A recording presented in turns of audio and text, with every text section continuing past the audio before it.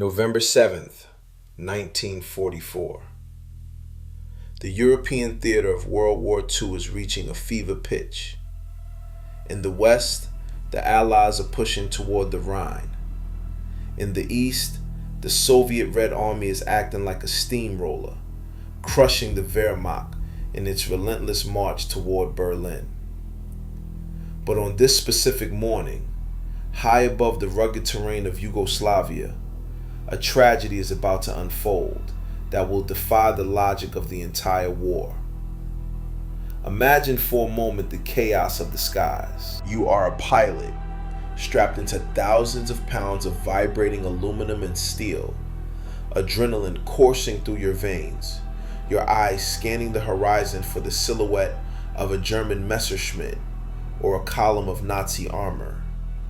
You are trained to kill the enemy. But what happens when the fog of war is so thick, so blinding, that you turn your guns on your own brothers in arms? What happens when the greatest air force in the West clashes head-on with the greatest air force in the East, not as enemies, but as confused allies in a deadly dance of death?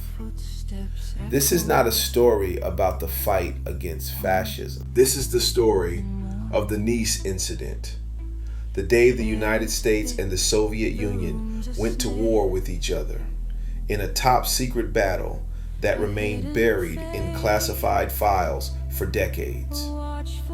It is a story of mistaken identity, heartbreaking loss, and the terrifying lethality of modern warfare when it is unleashed in the wrong direction. To understand how such a catastrophic error could occur, we must first look at the map and the mindset of the men involved. The date is significant. November 7th was the anniversary of the Bolshevik Revolution, the holiest day in the Soviet secular calendar. In the city of Niš, located in southern Serbia, the mood was celebratory. The city had recently been liberated from German control.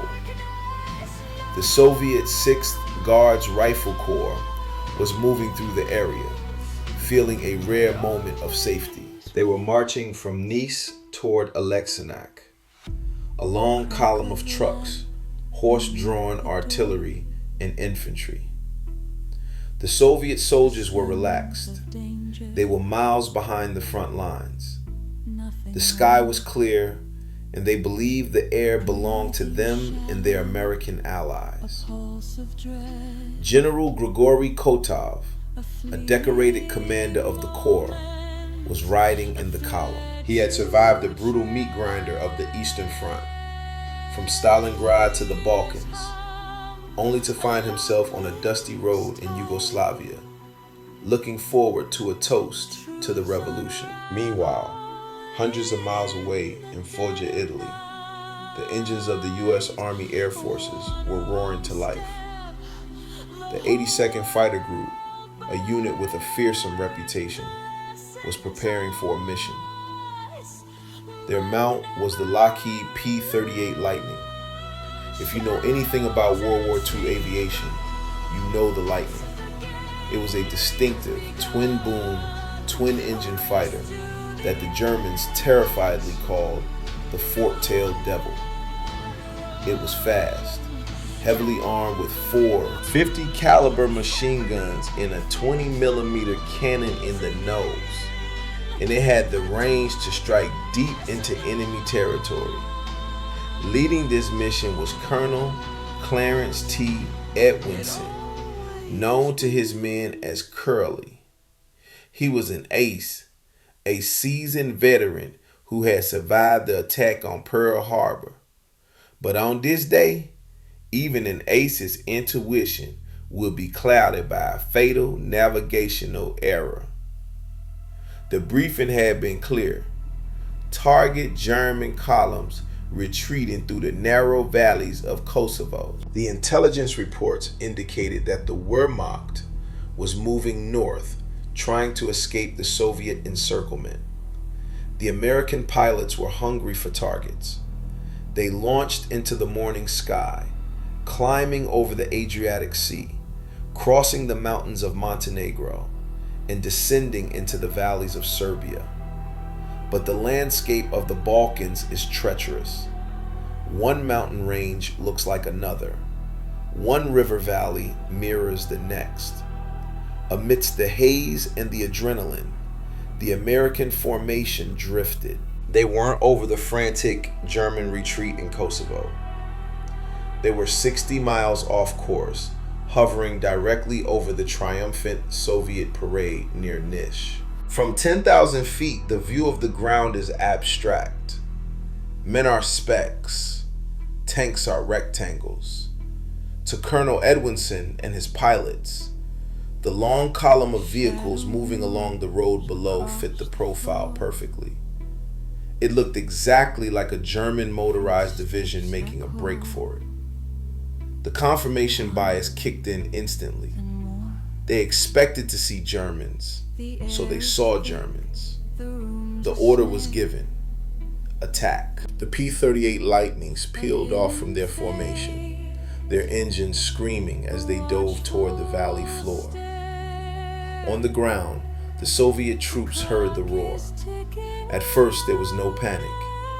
They recognized the distinctive twin-tail silhouette of the P-38s. These were American planes. These were their friends. Some soldiers even waved, expecting a flyover salute to honor the revolution. The realization of horror came only when the leading edges of the American wings lit up with muzzle flashes. The carnage was instantaneous and devastating. The P-38s strafed the length of the column with surgical precision. Heavy machine gun rounds and explosive cannon shells tore through soft-skinned trucks, exploded ammunition wagons, and cut down infantrymen where they stood. The road from Niš became a slaughterhouse within seconds. Lieutenant General Kotov, the Corps commander who had survived so much, was killed in the opening strafing run, his body riddled with American bullets. Chaos erupted. Horses stampeded, fuel tankers turned into fireballs, and men scrambled for the cover of ditches. Their cheers for the revolution turned into screams of agony. The tragedy was compounded by the fact that the Soviets were waving red flags, desperate to signal their identity. But at 400 miles per hour, diving through smoke and debris, the American pilots couldn't distinguish a red Soviet banner from a Nazi flag, or simply didn't see it at all. They were in the zone, executing their training, destroying the target. This brings up a harrowing question about modern warfare. When technology allows us to kill from a distance, does it strip away the humanity of the target? It is easy to pull a trigger when the enemy is just a shape on the ground. Before we continue into the escalating violence, I want you to pause and think about the fog of war. In an era before GPS and digital IFF systems, navigation was a mix of art, science, and luck. Do you think you would have made the same mistake if you were in that cockpit, tired, on edge, and trusting your briefing? Let me know your thoughts in the comments below on whether pilot error or command failure was the true culprit here. The one-sided massacre was about to turn into a two-sided war. The Soviets were not defenseless. While the initial shock was paralyzing, the veteran instincts of the Red Army kicked in. Anti-aircraft batteries stationed near the airfield at Niš swung their barrels skyward. They opened fire, filling the sky with flak. But the real response came from the airfield itself.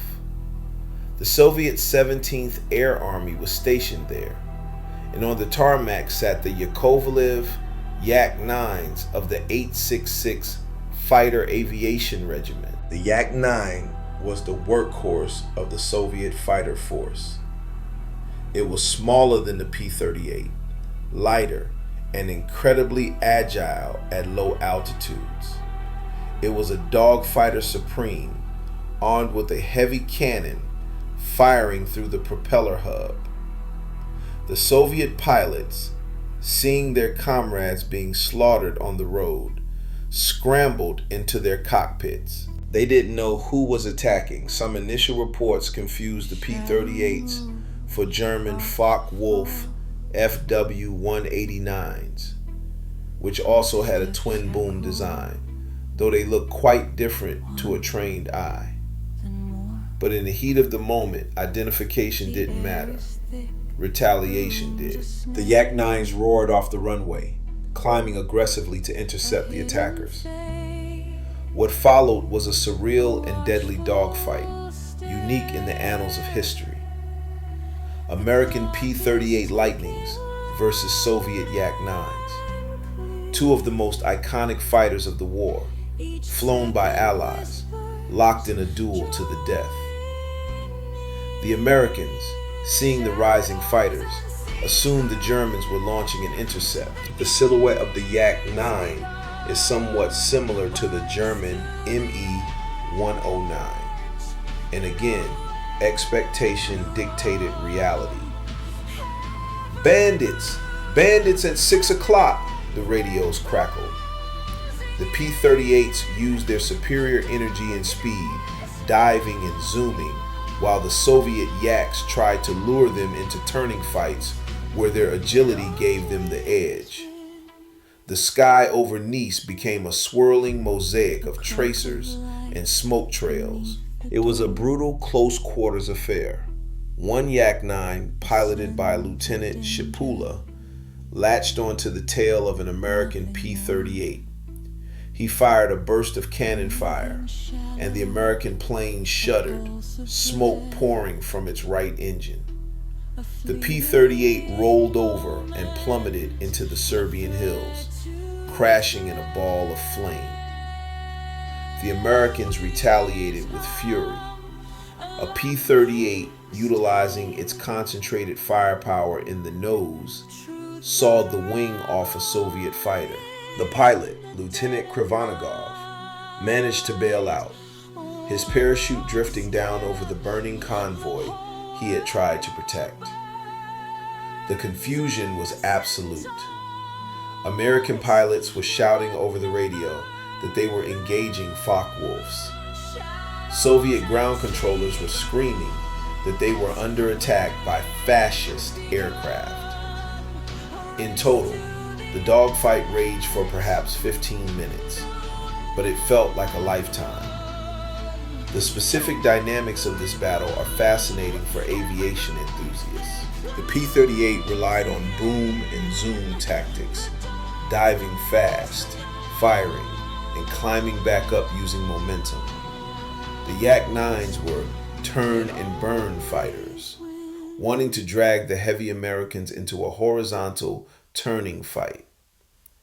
This clash of doctrines resulted in a stalemate of death. We have to talk about the heroism amidst the horror.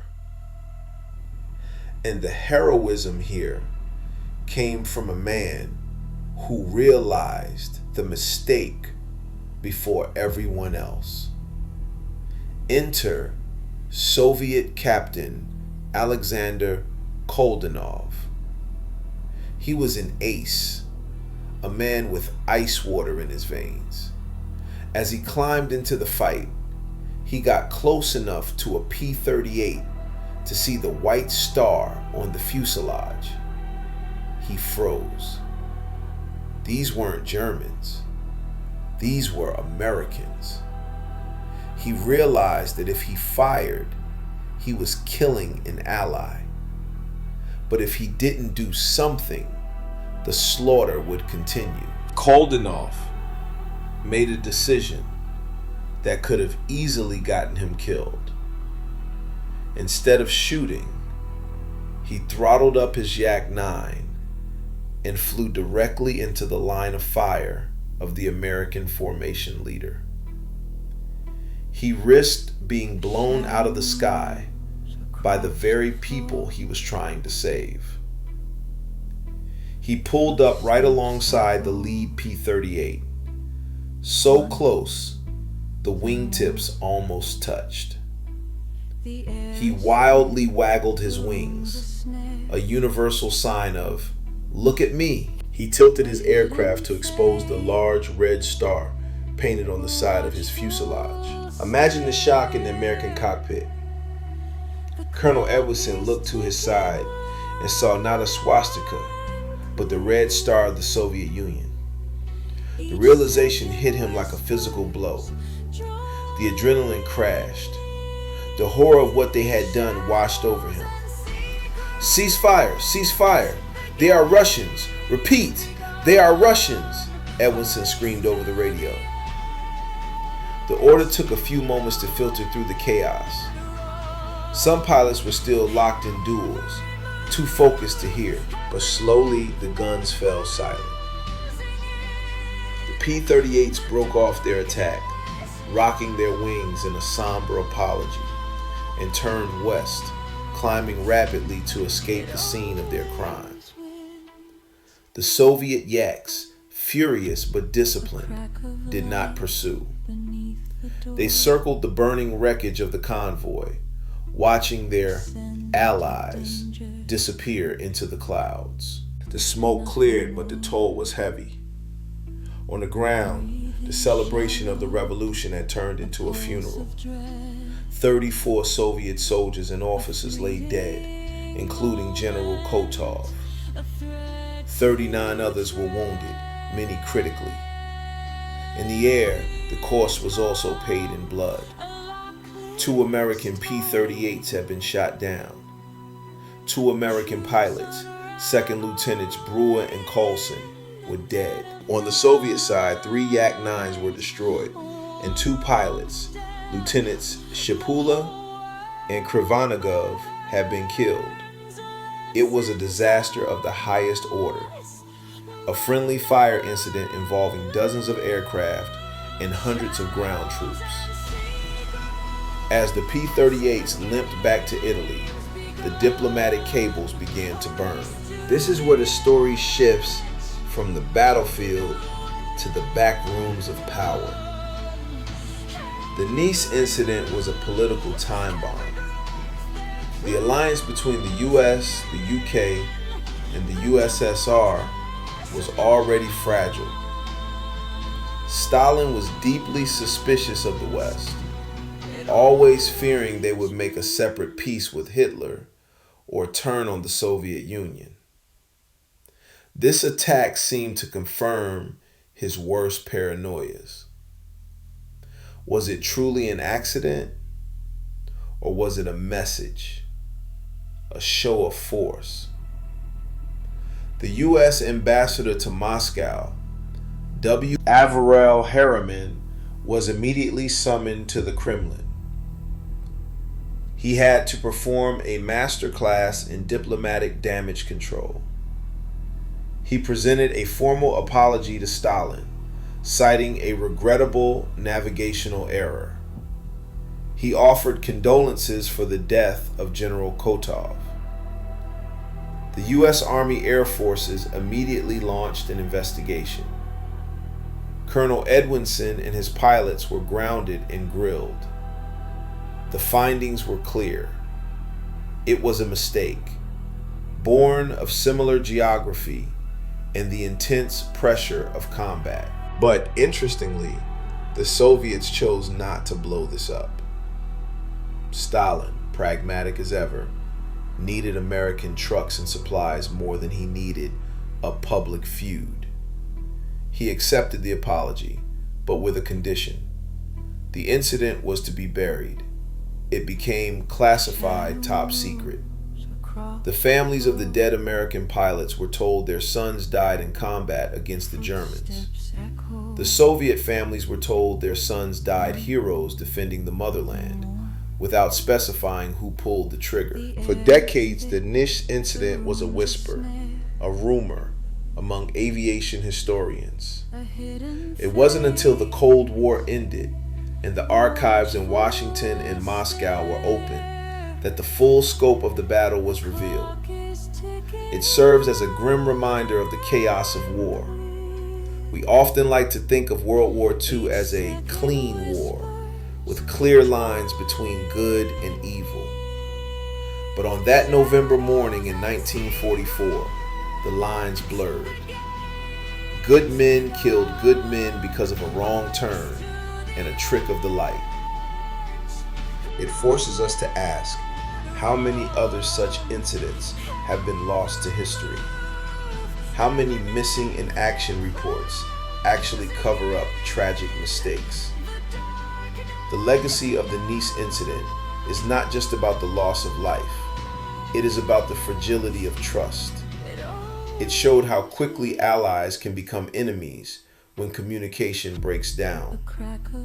It was a precursor, a foreshadowing of the Cold War that would soon freeze relations between the two superpowers. The pilots who flew that day, both American and Soviet, carried the burden of that secret for the rest of their lives. They had looked into the eyes of their allies and pulled the trigger. As we look back on this event, it is crucial to remember that technology changes, but human nature does not. We still struggle with the fog of war today.